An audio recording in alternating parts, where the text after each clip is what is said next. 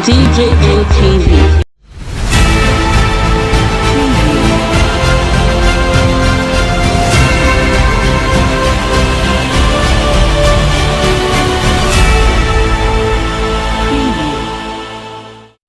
Hi guys, welcome to DJ MTV Daily News Update, your one-stop channel for everything news and gist happening in Nigeria and all over the world. If this is your first time of seeing any of our video, a very big thumbs up to you. Thank you so much for clicking on our video. Please go a step further, like this video, share this video, don't forget to drop your comment, subscribe to this channel, and also follow us on Facebook and Instagram. Do turn on the notification bell so you'll be one of the very first persons to get notified whenever we drop any new video, and check out our website at www.djmtv.news. Now let's take it straight up into the main news. Buhari don't talk say too much work for e age not be joke. Plus PDP go take over power if all the leaders for APC fail for the convention, as Osibajon promoters don't give reason why Buhari not gree disclose his candidate for 2023. Hi my people, this one na still DJ MTV Daily News Update. The President of the Federal Republic of Nigeria, Major General Muhammadu Buhari, wey don retire, don talk say working up to 8 hours of e age not be joke for e body. Talk this one when he appear for national TV for the interview with our correspondent monitor, when he talk say if he talk about the age, he dey see all the age mates wey be colleague, say all of them don dey rest, but in dey assure Nigerians say in dey look forward to the next 17 months when e tenure for office go expire as president, and himself go dey less busy when he go take go rest for a farmland for inside Dara wey dey for Katsina State. According to wetin Presido talk, he say the age dey tell una.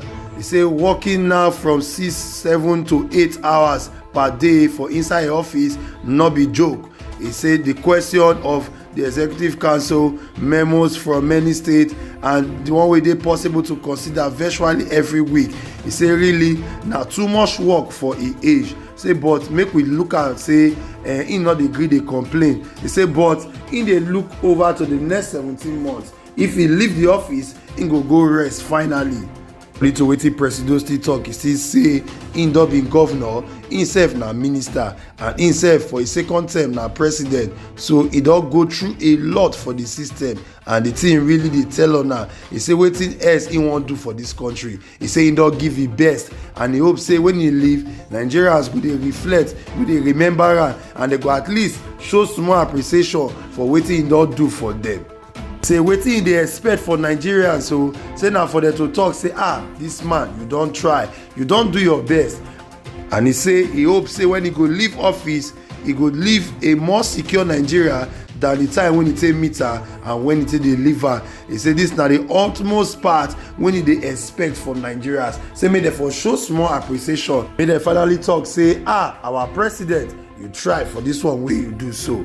President Buhari, when he still talk on the matter of insecurity for the southeast, he talk say he don declare for him eye say the weapon wey dem dey use for this country for the south say now the nation's armory. He say make you look the situation for the south. He say police station dem dey burn am. He say federal government close border with Benin Republic, we close the border with Niger Republic. Finally we don agree say the weapon na from our own armory na e for dey come out. Buhari na talk this one. This na still DJ MTV Daily News Update. My people, if this na your first time when you take dey see any of our video, make you not forget say make you like am, make you share am, make you also leave comment for the comment section. Also, if you never subscribe to any of our channel, quick subscribe to Facebook, to YouTube, and also on Instagram. You can also follow us for our website wey be www.djmtv.news. Make we go back straight into the main news. For on top another news, the president for the Federal Republic of Nigeria wey be Muhammadu Buhari don warn say if the leadership of the All Progressives Congress not take time, if they fail to get the thing right this time around, the People's Democratic Party go take over power for 2023. So enter body when he come talk say he not be kingmaker. He say he wrote for the party not be to make king, but all aspirants, all the candidates, all the PSs wey be like say they wan take over from her, make dem work hard to earn their rank. Buhari wey come still dey talk for on top APC national convention matter wey dem don put for February 2022 for the early part of the month. The president come talk say make the All Progressives Congress as a party make dem organize themselves, make dem work within the time frame wey dey available to them, make dem determine who wan be oga kpatakpata for the party, make dem make sure say dem cover all the loopholes ahead of the 2023 general election. Otherwise the People's Democratic Party go knack dem comot for road come take over the power. According to the statement wey he knack for ground, he say we get time frame and we must work around the time frame because the 4-year cycle wey be constitutional, e say e no fit interfere with anybody. So if the party go gree or no go gree say make opposition take over, then make dem work very strongly to make sure say dem go retain power for 2023. Otherwise say the People's Democratic Party wey be the main opposition party so say dem ready to take power comot for their hand if dem no organize their ass sharp. E come make one statement say wetin the People's Democratic Party do, say dem think say the opposition no go fit come together. He say but before dem open their eye, the ACN, the ANPP, the CPC, APGA, say dem don come together. He say before PDP realize say wetin dey happen, dem don take dem comot for ground.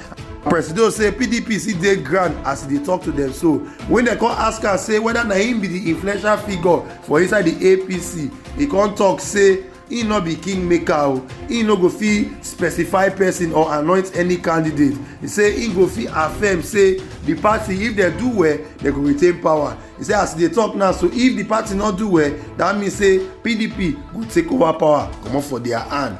He come talk further say my position is simple, say I think I go succeed for anything wey I do and I don succeed, and I say we go fit start from bottom to up, from polling unit to ward, from local government to state and then to Abuja. Na be wetin APC need to do wey dem fit take win election for 2023. This na wetin I do for 2015 when I take win election. Na so Presido call here now. He come finally talk say no kingmaker wey dey for Abuja He say no constituency wey dem dey dictate upon by anybody wey dem dey call national chairman for the party. He say all constituency wey suppose produce their leader say dem dey inside our party. He say wetin other party dey do na their own business, so we get our own to make sure say our party member understand wetin be their responsibility and understand say na from polling unit to ward level to local government level to the state level and then dem come to Abuja. He say so those wey want say make dem elect dem for any of this level, make dem work hard for it, say make dem earn their position. If not, water go pass garri for dem.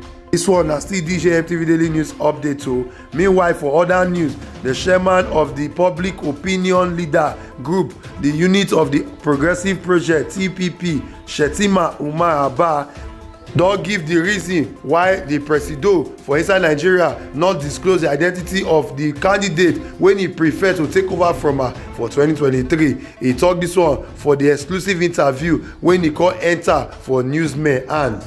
For the interview wey dem ask Presido Buhari say who go take over from her, who be him preferred candidate, he come talk say na secret o, he no wan reveal the person. Say he no go mention anybody name because if he mention the name dem go eliminate am. But when the support group chairman Gana come dey talk, he say we no know wetin exactly be our Presido mind o or wetin he wan do. Say but if he say he no get any choice or if he no dey select anybody, then no wahala.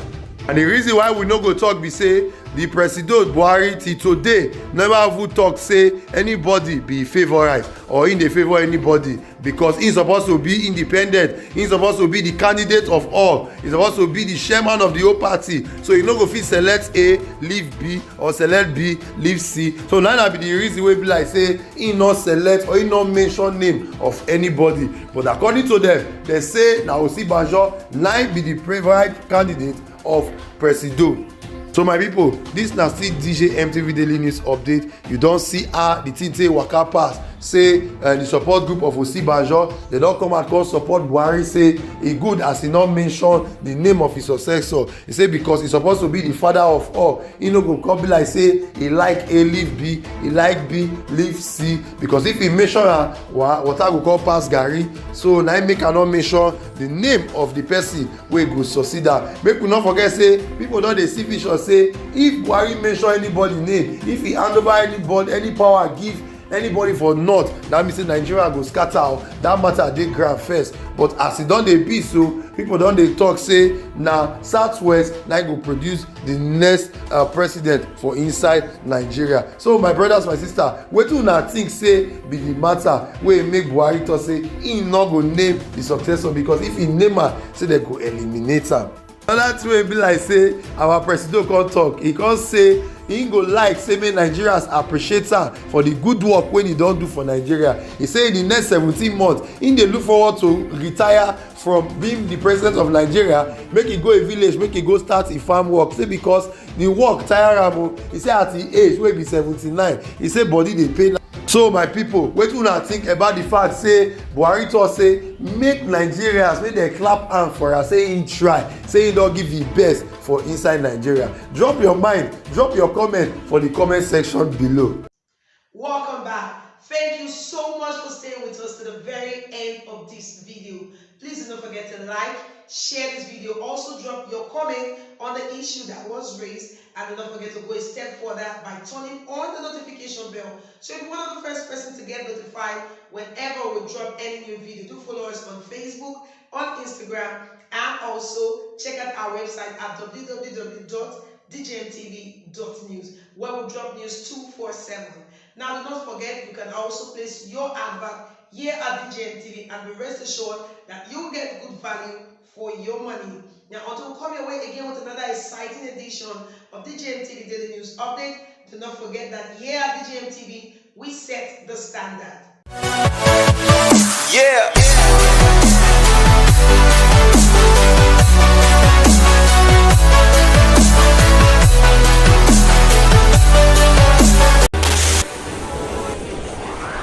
DJMTV. DJMTV.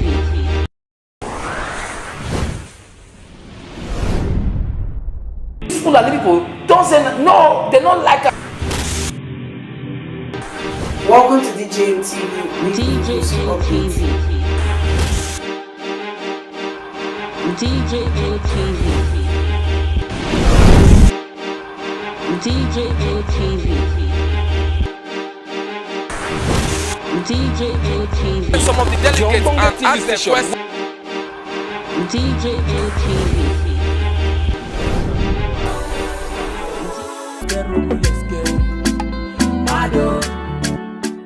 DJMTV. DJMTV. DJMTV.